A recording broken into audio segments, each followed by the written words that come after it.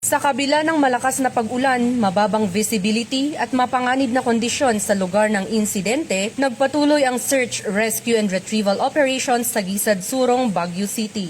Sa pamumuno ni Police Brigadier General Erickson D. Dilag, Regional Director Procar, kasama si Police Colonel Froiland B. Lopez, Deputy Task Group Commander, pinangunahan ng Baguio City Police Office kasama ang iba pang mga kapulisan ng Cordillera, katuwang ang CDRRMO, Bureau of Fire Protection, Armed Forces of the Philippines, JTU Panagkaykay sa 911 On Call, Philippine Red Cross Baguio City Chapter, mga opisyal ng barangay at mga community volunteers ang tuloy-tuloy na operasyon. Sa pamamagitan ng mahigpit na koordinasyon at pagtutulungan, hindi sumuko ang mga rescuers at volunteers sa kabila ng panganib upang mahanap, ma-retrieve at ma-account ang lahat ng naapektuhan ng landslide. Sa kabuuan, 13 individual ang na-account na sangkot sa insidente, 10 ang nasawi habang 3 ang nakaligtas, kabilang ang isang aso na matagumpay na nailigtas mula sa lugar. Sa pagkumpleto ng retrieval operation, natapos ang isang mahalagang bahagi ng emergency response. Patunay ito sa katapangan, dedikasyon at malasakit ng mga responders at volunteers na nanatili sa lugar sa kabila ng matinding panganib. Nagpaabot naman ng pasasalamat ang Baguio CPO sa Baguio City Government, DSWD, mga katuwang na ahensya, pribadong organisasyon, civic groups,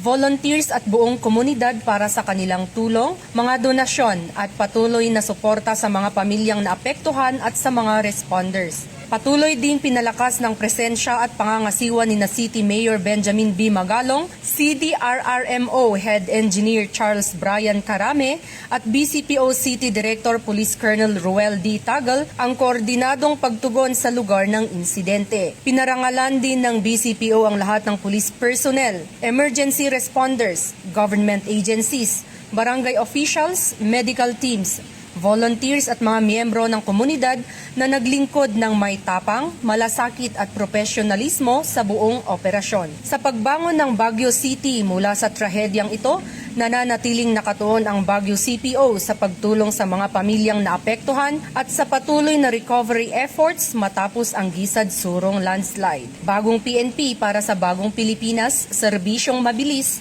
tapat at nararamdaman. Mula dito sa rehiyon ng Cordillera, ako ang inyong Police News Network Correspondent, Patrolwoman Lizelle Digman, alagad ng batas, tagataguyod ng Balitang Pulis.